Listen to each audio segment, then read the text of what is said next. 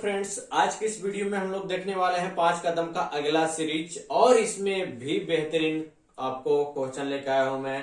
आपको अलग अलग पैटर्न पे, अलग अलग ट्रिक के साथ, अलग अलग कॉन्सेप्ट के साथ यहाँ पे मैं समझाऊंगा। और आपके जो पूछे जाने वाले हैं आपके आगामी एग्जाम के लिए, वो बहुत ही इंपॉर्टेंट क्वेश्चन आपके होने वाले हैं। और आज का ये पहला सवाल आपके सामने ये रहा, बहुत ही शानदार सवाल। ये एक महिला को 770 रुपए में एक वस्तु बेचने पे 23% की हानि हो रही है। कोई महिला है जो एक वस्तु को 770 रुपए में सामान बेच रहा है, तो उसको 23% की हानि हो रहा है। इसे किस मूल्य पे बेचना चाहिए ताकि 27% का लाभ हो? अब बताइए जी, एक महिला 770 रुपए में सामान बेच रही है, लेकिन उसको क्या हो रहा? घाटा हो जा रहा, हानि हो जा रहा 23%। तो किस मूल्य पे हम बेचे कि उससे क्या होगा? 27% लाभ हो। तो कुछ नहीं करना है, 770 रुपए का है जी सामान, कितना परसेंट लाभ कमाना है? 27%, यानी कि 127 हो जाएगा। 27% का मतलब क्या हो गया? 100 प्लस 27 बराबर 127 हो गया। अब इसे कितना में हानि हो रहा? 23% की हानि हो रहा। तो नीचे लिख देंगे कि 23% की हानि, यानी कि 100 माइनस आपका 23 हो जाएगा, यानी कि 77। अब इसको काटिए, 10 बनता है सर। अब गुना कीजिए 1270 रुपए। जब 1270 रुपए में हम वस्तु को बेचेंगे, तब 27% क्या होगा? लाभ होगा। और 770 में बेच रहे थे, क्या हो रहा? 23% की हानि हो रहा। तो कुछ नहीं करना था, आपको जो दिया गया वस्तु का दाम था 770 रुपए में जो बेच रहा था, उसको क्या करेंगे? जितना के लाभ कमाना है आपको, तो लाभ वाला को ऊपर रखेंगे, और कितना हानि हो रहा, हानि वाला को नीचे करेंगे। ठीक है, बाकी आपके हाथ में आंसर। इसका राइट आंसर हो जाएगा ऑप्शन नंबर सी, 1270 रुपए। चलिए, अगला प्रश्न आपके सामने ये रहा।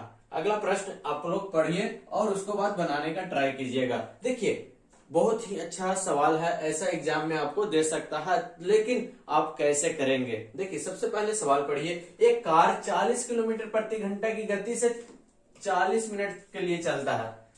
40 किलोमीटर प्रति घंटा की चाल से क्या होता है जी? 40 किलोमीटर चलता है, 40 मिनट चलता है।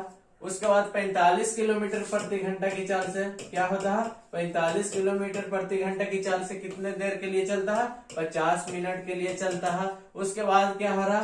60 किलोमीटर प्रति घंटा की चाल से चल रहा है 90 मिनट के लिए, आखिरी 90 मिनट के लिए चलता है। तो पूरी यात्रा में कार की औसत गति क्या है?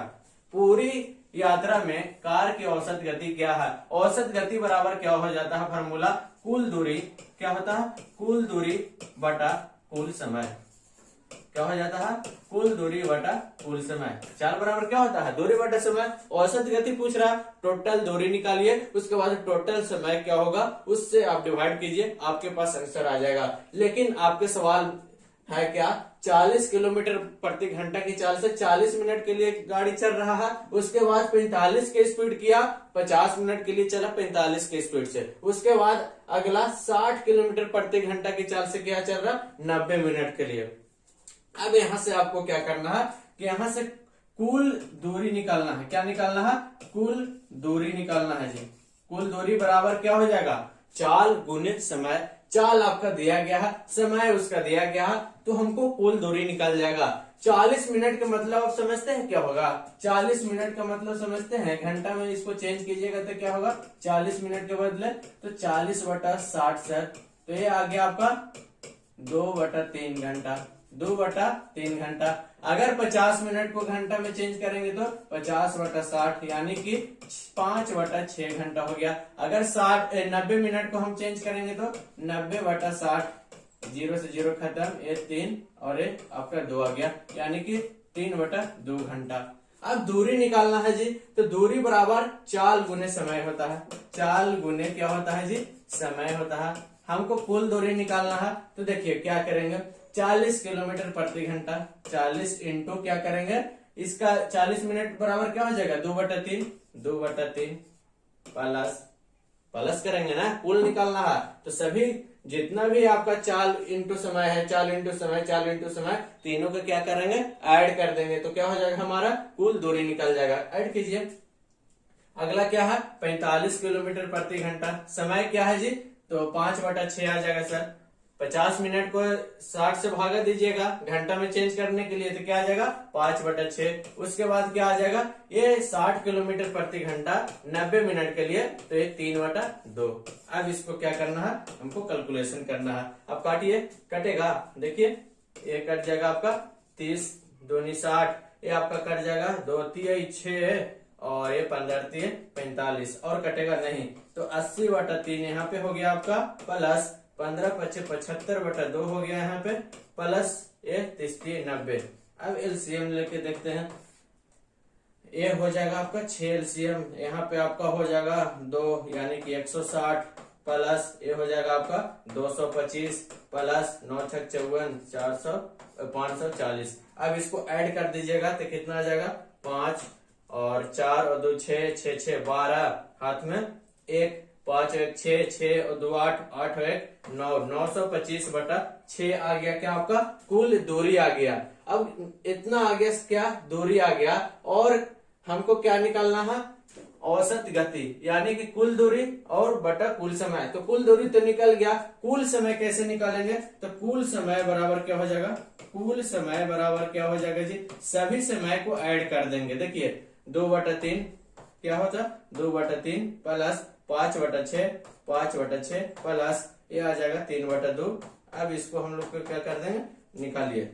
एलसीएम आ जाएगा 6 और ये हो जाएगा 2 दूनी 4 और ये 5 और ये आपका 3 तिया 9, यानी कि 9 9 18/6 यानी कि 3 घंटा। टोटल क्या होगा, कुल समय हमारा 3 घंटा निकल के आ गया। कुल दूरी हम निकालनी है कितना, 925/6 और कुल समय बटा में क्या आ जाएगा, कुल समय बटा में कुल समय 3 घंटा। अब इसको कैलकुलेशन कीजिए, 925/6 गुने 1/3 हो जाएगा ना। अब इसको क्या करना है, काटना है। कैसे काटेंगे, अब काट दीजिए, कितना से कटेगा, 9 2 11 5 16 नहीं कटेगा ना, तब क्या हो जाएगा 925 बटा में 18 हो जाएगा। 925/18, देखिए तो ऑप्शन से देखिए 18 किसका है, इसका, बाकी सब तो नहीं है जी, नीचे में 18 न है, तो ऑप्शन नंबर क्या हो जाएगा, option number C is the correct answer. इसका आ जाएगा 51.7/18। कितना आ जाएगा, 51.7/18। देखिए लग रहा होगा कि थोड़ा सा आपको कि कैलकुलेशन भरा है, थोड़ा सा टाइम टेकन वाला है, लेकिन कुछ नहीं है। जब एक बार आप समझ जाइएगा तो बिल्कुल आसान है। औसत गति पूछ रहा, कुल दूरी बटा कुल समय होता है। हम तो यहाँ इतना लंबा लिफाफा समझाने के लिए आपको दिए हैं, बस आपको यहाँ पे ही निकलना है कि कुल दूरी बटा क्या हो जाएगा, कुल समय। कुल दूरी कैसे निकलेगा, चाल इंटू समय, तो चाल इंटू समय यहीं पे कर देंगे, 40 इंटू 40/60 कर देंगे। फिर चाल दिया हो गया 45 और समय आपका 50 है, फिर अगला 60 है, चाल और 90 समय है, तो ऊपर में ही हम कैलकुलेशन कर लेंगे और नीचे में हम उसका कुल समय निकाल लेंगे। बाकी कैलकुलेशन तुरंत फटाफट कर लेंगे। आपका जो ऑप्शन आएगा यहाँ पे ऑप्शन नंबर 3 करेक्ट आंसर हो जाएगा। ठीक है, चलिए अच्छा क्वेश्चन था, ऐसा सवाल आता है। चलिए अगला क्वेश्चन आपके सामने रहा और ये भी आपका बहुत बेहतरीन सवाल है। देखिए इसको हम लोग कैसे करेंगे, संख्या है 8 12 14 का चतुर्थनुपाती क्या होगा। तो आप सभी लोग जानते हैं, क्या जानते हैं कि A B समानुपाती C अनुपात D। अब इसको हम लोग क्या कर सकते हैं, A + B भी लिख सकते हैं बराबर C/D भी लिख सकते हैं। अगर इसको अब हम करें तो AD बराबर क्या लिख सकते हैं, BC लिख सकते हैं। इतना हम लोग लिख सकते हैं कि नहीं। चलिए ये क्या हो गया, प्रथम अनुपाती, द्वितीय अनुपाती, तृतीय अनुपाती और चतुर्थ अनुपाती। हमको प्रथम द्वितीय तृतीय दिया हुआ है, चतुर्थ अनुपाती निकालना है, यानी कि दिया गया है क्या 8:12 समानुपाती, आपका यहाँ क्या है 14:D, यानी कि चतुर्थ अनुपाती निकालने के लिए दिया गया है। तो हम इसको इस फॉर्म में लिख सकते हैं 8/12 बराबर 14/D। अब D बराबर क्या हो जाएगा, 14 गुने 12/8। अब यहाँ से कैलकुलेशन निकाल लीजिए, 4 दूनी 8 4 3 12 और ये हो जाएगा 2 7 14, यानी कि D बराबर आ जाएगा आपका 21 आंसर, यानी कि चतुर्थ अनुपाती आपका 21 हो जाएगा। भारी है, आसान है, कुछ नहीं था। चतुर्थनुपाती निकालने के लिए था, यानी कि ए दिया गया था, बी दिया गया था, सी दिया गया है और चतुर्थनुपाती डी निकालना है। इसको हम इस फॉर्म में भी लिख सकते हैं, ए रेशियो बी को क्या लिख सकते हैं, ए बटा बी लिख सकते हैं, ये बराबर यहाँ पे हो जाएगा। और सी रेशियो डी को क्या लिख सकते हैं, सी बटा डी लिख सकते हैं। ये क्या है, ए 8 है सर, बी क्या है 12 है सर, सी क्या है 14 और डी निकालना है। बाकी आप निकाल लीजिए, डी कितना आ जाएगा 21 आ जाएगा। ठीक है, चलिए बहुत अच्छा सवाल। अब आपके सामने फिर से बहुत ही बेहतरीन सवाल आने वाला है और ये रहा आपके सामने टाइम एंड वर्क का बेहतरीन सवाल। ऐसा एग्जाम में आपको आते हैं और लड़के लोग फंसते हैं। देखिए, राम एक कार्य को 50% 24 दिन में कर सकता है। जी बताइए, कोई काम हम 50% 24 दिन में कर रहे हैं तो पूरा काम कितना दिन में करेंगे। देखिए, राम एक काम क्या 50% यानी कि 50% इसको क्या करेंगे 50/100 यानी कि 1/2 हो गया ना जी। तो 1/2 भाग कितना दिन में कर रहा है, 24 दिन में कर रहा है। तो पूरा काम कितना दिन में करेगा, तो सर 48 दिन में करेगा। कितना दिन में करेगा, 48 दिन में करेगा। 24 × 2, आधा काम 24 दिन में कर रहा है तो पूरा काम कितना दिन में करेगा, 48 दिन में। अब उसके बाद श्याम 1/4 भाग, श्याम क्या होता है 1/4 भाग कितना दिन में कर रहा है, 36 दिन में कर रहा है। तो पूरा काम कितना दिन में करेगा, तो 36 × 4 बराबर क्या हो जाएगा 144 दिन में करेगा। तो श्याम काम एक काम को कितना दिन में करेगा, 144 दिन में करेगा पूरा काम। ठीक है, अब ये तो आपको निकल गया। अब उसके बाद तो आपको पता ही है कि एलसीएम निकालेंगे और एलसीएम क्या आ जाएगा 48 144 के 144। इसका एफिशिएंसी निकाल लेंगे तो 3, इसका एफिशिएंसी 1 निकाल लेंगे। चलिए, इतना काम आप सभी लोग जानते हैं। उसके बाद आप प्रश्न पढ़िए, वो एक साथ कार्य करते हुए कार्य का 1/6 भाग कितने दिन में करेगा। 1/6 भाग काम करना है जी, 1/6 भाग काम करने में लगा समय, काम करने में लगा समय 1/6 भाग करना है। तो क्या करेंगे 1/6 गुने कितना आया था 144, दोनों को मिल के करना है तो दोनों का एफिशिएंसी ऐड हो जाएगा। 3 और 4, अब काट दीजिए 6 से 6 दूनी 12 और 6 चौको 24 और ये कट जाएगा आपका 6 चौको 24 यानी कि 6 दिन आ गया जी। कितना आ गया 6 दिन। Option B is the correct answer. देखिए, बहुत ही आसान सवाल रहता है, बस अगर आप एक बार समझ गए कॉन्सेप्ट को, ट्रिक को कि कैसे हम लोग कर रहे हैं। कुछ नहीं था, राम एक कार्य को 50% 24 दिन में कर रहा था तो पूरा 100% कितना दिन में करेगा, तो सर 48 दिन में करेगा। सर श्याम 1/4 भाग 36 दिन में कर रहा है, 1/4 भाग 36 दिन में कर रहा है तो पूरा काम कितना दिन में करेगा, तो 36 × क्या हो जाएगा 4 यानी कि 144 दिन में। टोटल काम आ गया 144 दिन में जी। दोनों का एफिशिएंसी निकाल लेंगे, इसका एफिशिएंसी 3, इसका एफिशिएंसी 1 आ गया। अब कह रहा है कि 1/6 भाग ही काम करना है तो कितना दिन में करेगा, तो 1/6 भाग काम करने में लगे समय 1/6 गुने 144 और दोनों का एफिशिएंसी क्या हो जाएगा ऐड हो जाएगा और काट छाट के आंसर आपका 6 आ जाएगा। ठीक है, बहुत ही शानदार प्रश्न था। अगला सवाल आपके सामने फिर से ये रहा। चलिए, बेहतरीन सवाल। आप सभी लोग लाइक कमेंट करते रहिएगा और अपने फ्रेंड को शेयर कर दीजिएगा। देखिए, बहुत ही एक और बेहतरीन सवाल है जो अक्सर एग्जाम में ऐसा सवाल दे देता है। यदि एक ईंट का आयतन दिया गया है, ईंट मीन्स ईटा, ठीक है, ब्रिक, आयतन दिया गया है 0.0014 मीटर क्यूब है तो 14 मीटर लंबी, इतना मीटर 0.125 मीटर चौड़ी और 5 मीटर ऊंची दीवार बनाने के लिए कितनी ईंटों की आवश्यकता होगी। ईंट की संख्या बताना है। देखिए, ईंट मान लिया जाए कि ये एक ईंट है, क्या है आपका ब्रिक है। इसका आयतन क्या है जी, वॉल्यूम क्या है 0.0014 मीटर क्यूब। ठीक है, एक दीवार बनाना है, मान लिया जाए कि एक दीवार, ये दीवार बनाना है, ये क्या है आपका दीवार है और इसका दिया गया है कितना, लंबाई दिया गया है 14 मीटर, उसके बाद चौड़ाई दिया गया है आपका 0.125 मीटर और आपका ऊंचाई दिया गया है 5 मीटर। ठीक है, अब दीवार बनाने के लिए ईंट की आवश्यकता क्या होगा।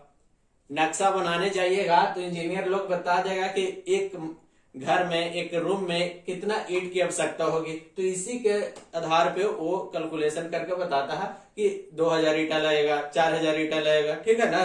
तो कैसे हम लोग निकालेंगे, तो सबसे पहले क्या करेंगे, दीवार का आयतन निकालेंगे कि दीवार का आयतन क्या होगा जी। तो दीवार का आयतन बराबर क्या हो जाएगा आपका, एल गुने बी गुने एच हो जाएगा। एल दिया गया है 14, बी दिया गया है क्या 0.125 और ऊंचाई दिया गया है आपका 5। यहां से निकाल लेंगे 14 गुने 125 बटा क्या हो जाएगा 30 हो जाएगा, पॉइंट हटा दिए, उसके बाद गुना 5। अब काट छाट कीजिए तो क्या हो जाएगा, ये 8 से कट जाएगा और आपका 2 दूनी 4, 4 दूनी 8 हो जाएगा, ये 7 दूनी 14, यानी कि 35 बटा 4 आ जाएगा। इसको भागा दीजिएगा तो कितना आ जाएगा आपका 7 7 चौको 28, नहीं 8 चौको 32, 8.75 मीटर क्यूब आ गया जी दीवार का आयतन। अब दीवार का आयतन आ गया, ब्रिक का आयतन दिया गया है, तो ईंट कितना लगेगा, तो ईंट की संख्या निकाल लेंगे। ईंट की संख्या हम लोग यहां से निकाल लेंगे। ईंट की संख्या बराबर क्या हो जाएगा आपका, दीवार का आयतन बटा क्या हो जाएगा, ईंट का आयतन। क्या, ईंट का आयतन। दीवार का आयतन कितना आया है हमारा 8.75 और ईंट की आयतन दिया गया है कितना 0.0014। अब इसको हम लोग को कैलकुलेशन करना है, जल्दी से कर लीजिए। पॉइंट हटाएंगे तो क्या आ जाएगा, नीचे 100 आ जाएगा सर, और ये पॉइंट हटेगा ऊपर में चल जाएगा जी, और कितना 0, 4 0 और नीचे में क्या बचेगा 14। 2 0 से 2 0 कट जाएगा और इसको काटिए तो कितना बार में कट जाएगा आपको, ये कट जाएगा आपको इतना बार में। अब इसको कैलकुलेशन कीजिएगा तो क्या आएगा 6250 ईंट की संख्या लगेगा। कितना लगेगा संख्या, ईंट की संख्या 6250, यानी कि जो हमारा लंबाई जिस घर का 14 मीटर है, चौड़ाई 0.25 मीटर है, ऊंचाई 5 मीटर है, उसमें हमारा जो ईंट का आयतन दिया गया है इतना, तो ईंट की संख्या कितना लगेगा 6250 ईंटा लगेगा। ठीक है, तो इस तरह से हम लोग बनाएंगे, कुछ नहीं था। सबसे पहले आयतन तो ब्रिक का दिया गया था, दीवार का आयतन निकाल लेना है, LBH आपको दिया गया था, यहाँ से आपको दीवार के आयतन निकाल लेना है, और ईंट की संख्या बराबर क्या हो जाएगा, दीवार का आयतन बटा ईंट का आयतन, वहां से दीवार ईंट का संख्या निकल जाएगा। ठीक है, चलिए बहुत ही बेहतरीन सवाल था ये भी। और इसी के साथ आपका आज का जो क्वेश्चन था 5 कदम का सेशन समाप्त होता है। इसी तरह से और भी बहुत ही बेहतरीन सवाल हम लोग लेके आते रहेंगे और आपको बताएंगे कि कैसा सवाल आपके एग्जाम में पूछे जाने वाला है इस बार RRB LP technician RRB JEE में। तो अगर आप नए हैं, चैनल को आप सब्सक्राइब कर लीजिए और शेयर कर दीजिएगा पुराने लोग, और पेज पे देख रहे हैं तो पेज को फॉलो कर लीजिएगा। Thank you.